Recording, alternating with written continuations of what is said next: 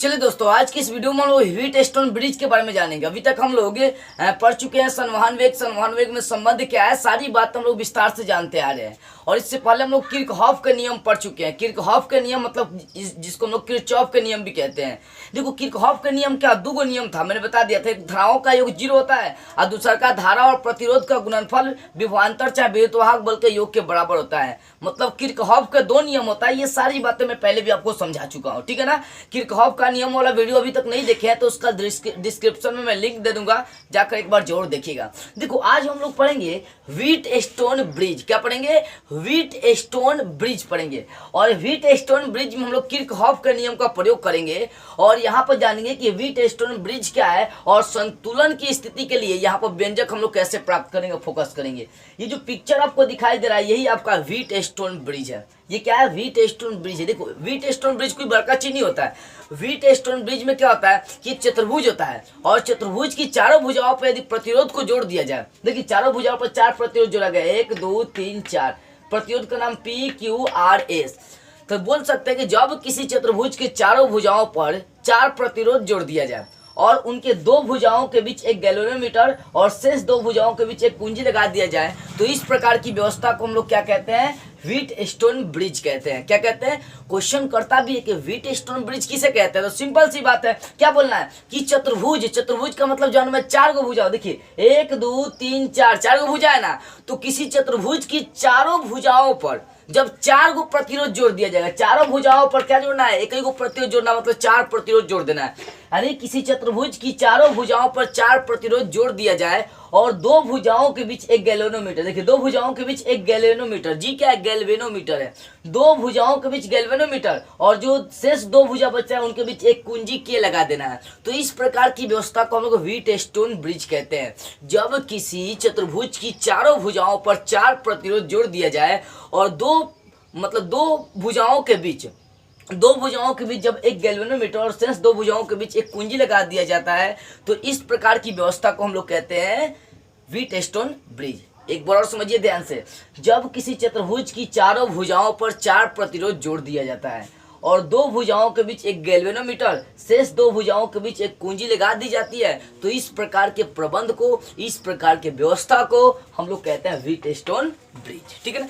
अब देखो हुआ wheat stone bridge. Wheat stone bridge क्या है? तो ब्रिज का मतलब होता है सेतु, सेतु का मतलब होता है पुल, ठीक है। जैसे आप नाम सुनेंगे हावड़ा ब्रिज कहाँ है, हावड़ा ब्रिज कहाँ है, तो वहाँ ब्रिज का मतलब क्या? पुल हो गया, सेतु हो गया।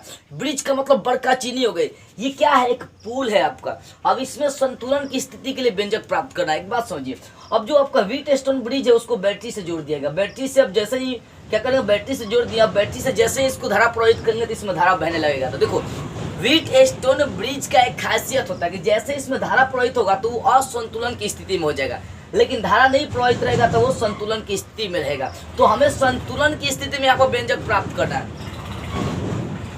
क्या करना है? संतुलन की स्थिति में व्यंजक प्राप्त करना है।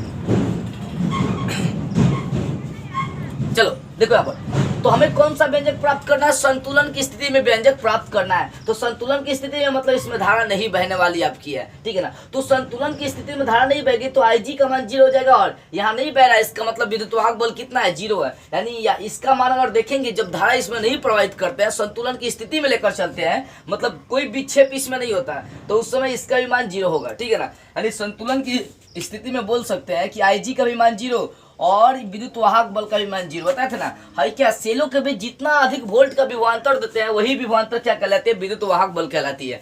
हालांकि ऑलरेडी मैं एक वीडियो विद्युत वाहक बल और विभवांतर में अंतर में वीडियो में पहले भी बना चुका हूँ, आपको समझा चुका हूँ, ठीक है।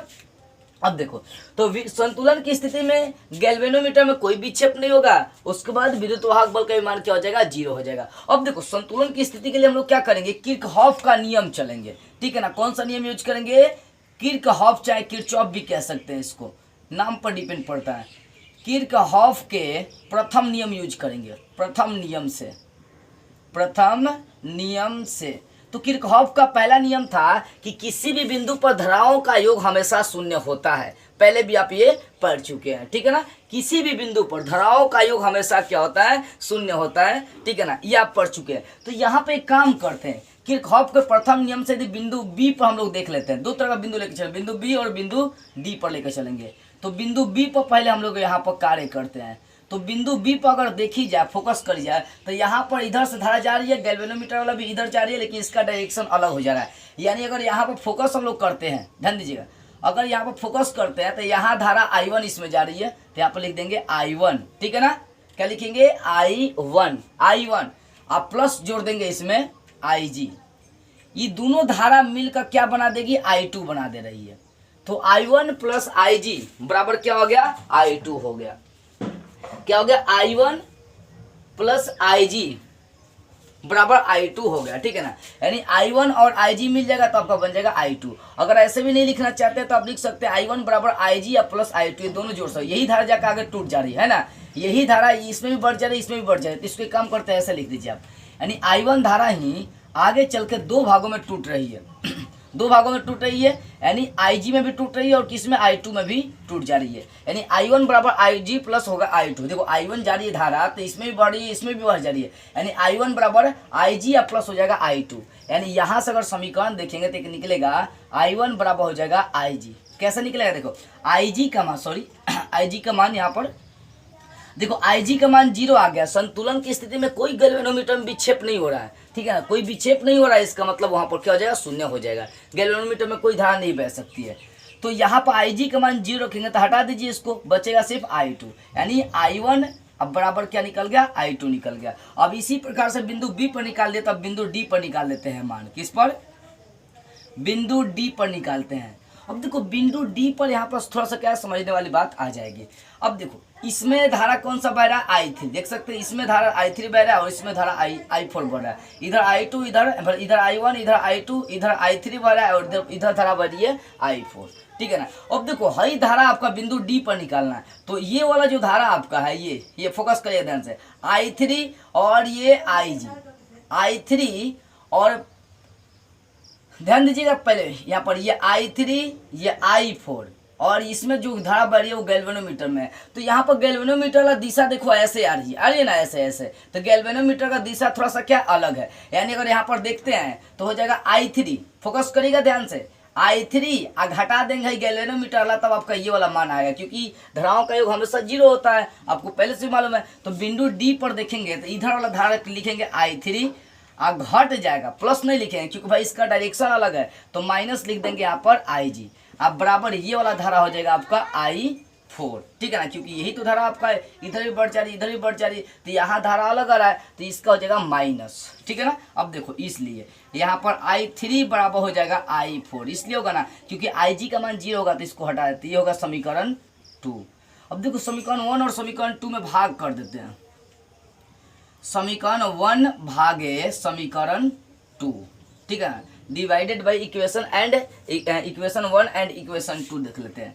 अब देखो LHS का LHS से भाग करेंगे, RHS का RHS से भाग करेंगे, तो इसलिए यहाँ पर एक समीकरण मिल जाएगा I1 बटा I3, I1 बटा I3, इधर निकलेगा बराबर में I2, अब बटा हो जाएगा I4। इसको लेकर चलेंगे समीकरण 3, यही मेन समीकरण है। देखो पहले आपको लेकर चलना क्या है, तो पहले बिंदु B पर धाराओं का योग निकालना है किरचॉफ के प्रथम नियम से, फिर बिंदु D पर आपको धाराओं का योग निकालना है, उसके बाद जो मान निकलेगा उसको क्या करेंगे? भाग कर देंगे, तो ये आ गया। अब इतना के बाद आपको क्या करना है, यहाँ दो तरह का बंद जाल, किरचॉफ का दूसरा नियम जो होता है वो बंद जाल के लिए लागू होता है। आप पढ़े ना, किसी बंद जाल के लिए उसमें बहने वाली धारा और उसके प्रतिरोध के गुणनफल का बीजीय योग हमेशा उसके विद्युत वाहक बल के योग के बराबर होती है। पढ़े तो बंद जाल को इधर बन रहा है, को इधर बन रहा है, ठीक है ना। तो दो तरह का लेकर चलेंगे। तो अब यहाँ पर किरचॉफ का दूसरा नियम यूज करेंगे, कौन सा? किरचॉफ के दूसरे नियम से। अभी किरचॉफ का कौन सा प्रथम नियम यूज किए थे, ठीक है, तो किरचॉफ के दूसरे नियम से चलेंगे। देखो वो किरचॉफ का दूसरे नियम से यहाँ पर यूज करेंगे, तो बंद जाल के लिए यूज करेंगे, तो यहाँ पर लिख देंगे बंद जाल किसके लिए, यहाँ पर चलेंगे ABDA के लिए। किसके लिए? बंद जाल ABDA के लिए, ठीक है। देखो ये बंद जाल इसके लिए लेकर चल रही है, ABDA के लिए बंद जाल इसके लिए, फिर इसके लिए मान निकालेंगे। तो ABDA के लिए किरचॉफ का नियम हम लोग अप्लाई कर रहे हैं, तो करिए आप किरचॉफ का नियम अप्लाई। देखिए ए बी डी ए के लिए किरचॉफ का नियम अप्लाई करेंगे तो भाई किरचॉफ का नियम कहते हैं कि धारा और प्रतिरोध का गुणनफल। तो यहाँ लेकर चलेंगे, इसमें धारा I1 और प्रतिरोध क्या IP है, यानी यहाँ पर हम लोग लिख सकते हैं I1P, ठीक है ना, I1P। अब देखो यही धारा आगे चल के इसमें भी बढ़ जा रही है और इस भाग में क्या हो जा रही है, अलग हो जा रही है। मतलब I1 धारा ही आगे चलकर क्या हो जा रहा है, वो दो दिशाओं में आपका बढ़ जा रहा है। फोकस करिए तो ध्यान से आपको मालूम हो जाए, क्या हो जाएगा, चल जाएगा, ठीक है।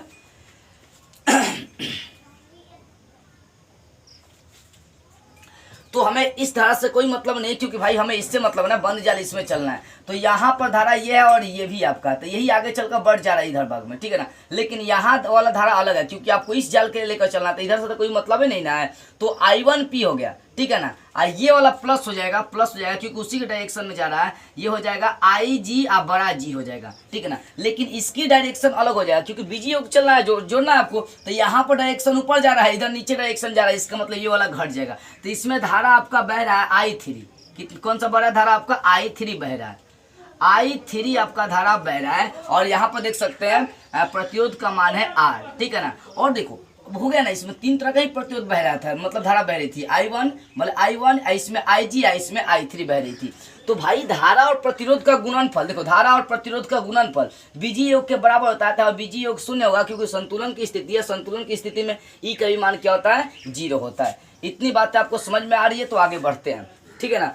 इस बंद जाल के लिए हम मान निकाल रहे हैं, किरचॉफ का दूसरा नियम इस बंद जाल के लिए हम प्रयोग कर रहे हैं। तो कैसे, I1P, ठीक है ना, और फिर प्लस I1G, मतलब धारा और प्रतिरोध का गुणनफल होता है किरचॉफ का नियम, उसके बराबर विद्युत वाहक बल होता है। देखो सब में धारा और प्रतिरोध का गुणनफल, इसमें माइनस इसलिए लगा है क्योंकि यहाँ पर ऊपर डायरेक्शन है, यहाँ पर नीचे डायरेक्शन है। तो डायरेक्शन अलग होने के कारण से आपका क्या लग गया, आपका माइनस लग गया, ठीक है। अब आगे बढ़ते हैं। अब देखो, अब बंद जाल इसके लिए प्रयोग कर दिया, बंद जाल इसके लिए प्रयोग करेंगे, ठीक है ना। किरचॉफ का दूसरा ही नियम लगेगा, बंद जाल किसके लिए लगाएंगे, तो BCDB के लिए, बंद जाल BCDB के लिए, ठीक है। BCDB के लिए हम लोग लगा रहे हैं। तो यहाँ पर फोकस अब ध्यान से करने वाली बात है, क्योंकि इसमें धारा I2, इसमें I4 और गैल्वेनोमीटर में तो धारा आपका क्या बढ़ रही है, IG बढ़ रही है, ठीक है। तो फोकस करेगा। अगर इसकी धारा हम लोग देखते हैं तो नीचे, इसका धारा ऊपर और इसका धारा नीचे, ठीक है ना। यानी तीनों का धारा एक दूसरे का ऑपोजिट चल रही है। तीनों का धारा एक दूसरे का चल रहा है, उल्टा चल रहा है। यानी अगर मान लो कि यहाँ से उठाते हैं हम I2 उठाते हैं, तो I2 इसका प्रतिरोध Q है, तो I2 Q हो जाएगा। अब फिर घट जाएगा आपका गैल्वेनोमीटर का, क्या है कि इसका धारा इधर है, इसका धारा नीचे की ओर चल रहा है। यानी इसको लिख सकते हैं, इसका धारा IG है, गैल्वेनोमीटर का प्रतिरोध बड़ा G लेकर चल रही है, ठीक है। और इसका धारा ऊपर की ओर है, मतलब ये भी आपका घट ही जाएगा, क्योंकि डायरेक्शन अलग है। तो I4 और ये हो जाएगा प्रतिरोध S है। अब बराबर विद्युत वाहक बल का तो मान आप भी जानते हैं कि भाई कितना चल रहा है, 0 चल रही है विद्युत वाहक बल का मान, ठीक है। देखो मैंने यहाँ पर कुछ नहीं किया, बशर्ते धारा और प्रतिरोध का गुणनफल किया। तो देख रहा हूँ ये इस मतलब इस परिपथ में आप चल रहे हैं, तो इधर से इधर से इधर से धारा की दिशा इसमें नीचे है, इसमें ऊपर है, और इसमें नीचे है, इसमें नीचे की ओर है। तो तीनों धारा की दिशा एक दूसरे को उल्टा चल रहा है, ऐसे चल रहा है और कोई ऐसे चल रहा है, मतलब है ना, कोई ऊपर से नीचे आ रहा है और कोई नीचे से ऊपर जा रहा है, कोई इधर से इधर आ रहा है। तो भाई सब एक दूसरे को अपोजिट है, तो इसका मतलब सबको क्या करना पड़ेगा, जोड़ने की जगह घटाना पड़ेगा। तो इसको घटा दिया, इसको क्या किया, इसको भी घटा दिया, बराबर विद्युत वाहक बल का मान क्या चलेगा, 0 चलेगा। अब यहाँ से क्रिया करता है, थोड़ा सा यहाँ पर देखो, यहाँ से यहाँ साइड में थोड़ा सा क्रिया मैं कर रहा हूँ, ठीक है ना, ये छोड़ दिया हूँ। यहाँ पर देखो, यहाँ पर क्रिया क्या कर रहा हूँ, यहाँ पर साइड में आप फोकस करेगा जरा सा, छोड़ दिया हूँ एक स्टेप 2 स्टेप, यहाँ पर समझो। अगर यहाँ पर देखी जाए तो IG का मान रखते हैं और I1 अपॉन I2 का मान यहाँ पर निकाल लेते हैं, अच्छा रहेगा आपका। देखो यहाँ पर I1P को आते हुए छोड़ देते हैं, प्लस IG का मान 0 है, तो यहाँ पर 0 रखेंगे, तो बड़का G का 0 से गुना करेंगे, ये पूरा मान 0 हो जाएगा। तो इसको छोड़ देते हैं, ये पूरा मान 0 हो जाएगा, तो इसको हटा दीजिए। अब बचेगा माइनस I3R बचेगा। तो इस माइनस I3R को 0 के बाद ले, मतलब ये बराबर के बाद ले जाएंगे, तो ये आपका बराबर में आ जाएगा, मतलब प्लस में हो जाएगा, ये हो जाएगा I3R हो जाएगा मान, ठीक है ना। IG का मान 0 रख देंगे, तो 0 का G से गुना करेंगे, पूरा मान 0 हो जाएगा, इसको हटा दीजिए। तो बचेगा माइनस वाला, तो माइनस वाला को बराबर के बाद लेके चले जाएंगे तो प्लस हो जाएगा। यानी अगर यहाँ पर देखी जाए तो आपका मान आ जाएगा, देखो यहाँ पर I1 है, फोकस करिएगा, इधर I3 गुना में, तो ये बटा में इधर ला देंगे I3। अब बराबर इधर R है तो R लिखिए, ये P गुना में इधर चलाएगा बटा में, यानी देखी जाए तो I1 बटा I3 का मान आ गया R बटा P हो गया, ठीक है ना। इस मान को याद रखिएगा। ऐसे ही यहाँ पर भी क्रिया कर देते हैं, फोकस करिएगा। I2Q, देखो Ig का मान आपको कितना लेकर चलना है, 0, क्योंकि संतुलन की स्थिति में व्यंजक प्राप्त कर रहे हैं। तो Ig का मान 0 रखेंगे तो पूरा मान 0 हो जाएगा, इसको हटा दीजिए, बचेगा माइनस I4S, तो इसको बराबर के बाद लेके चल जाएंगे तो प्लस हो जाएगा, यानी प्लस I4S हो जाएगा। यानी इस तरह से अगर मान देखी जाए तो I2 या I4 इधर गुना में इधर चलाएगा बटा में, ठीक है ना, बचेगा S, ये Q गुना में इधर चलाएगा बटा में। तो इस तरह से देखी जाए तो I1 बटा I3 और I2 बटा I4 का मान निकल गया। तो समीकरण जो 3 आप प्राप्त किए थे वहां पर फोकस कर दीजिए, समीकरण 3 से। तो समीकरण 3 क्या था हुआ, देख सकते हैं यहाँ पर। समीकरण 3 है I1 बटा I3 और उसके बाद है I2 बटा I4, ये आपका समीकरण 3 था। अब इसमें मान पुट कर देते हैं। देखो I1 बटे I3, तो यहाँ मान प्राप्त कर चुके हैं। पहले का जाल के लिए I1 बटा I3 का मान है R बटा P है, तो इसका मान हम रख देंगे R अपॉन P बराबर I2 बटा 4, तो I2 बटा 4 का मान हो गया S बटा Q, ठीक है ना। क्या निकल गया, S बटे Q, दोनों का I1 और I1 बटा I3 और I2 बटा I4 का मैंने क्या किया, मान रख दिया। क्या किया मैंने, मान रख दिया। तो अब जो है आपको क्या करना है, फोकस करने वाली बात यहाँ पर आ रही है। तो थोड़ा सा क्या करना है, फोकस करते चलना और समझते चलना आपको विस्तार से। अब एक काम कर देते हैं, ये जो मान आ गया इसको उल्टा कर देते हैं। क्या करते हैं, उल्टा कर देते हैं, P को ऊपर कर देते हैं, ठीक है। ये जो आपको मान मिल गया, चाहे ऐसे उल्टा नहीं करते, P को इधर लाते हैं, S को इधर ला देते हैं। ये R, ये S इधर ऊपर है तो इधर नीचे ला देंगे, S हो जाएगा R बटे S। P को ऊपर ला देंगे, P बटे क्या हो जाएगा, Q हो जाएगा। तो इसलिए आपका ये व्यंजक प्राप्त हो जाएगा R अपॉन S बराबर P बटे Q।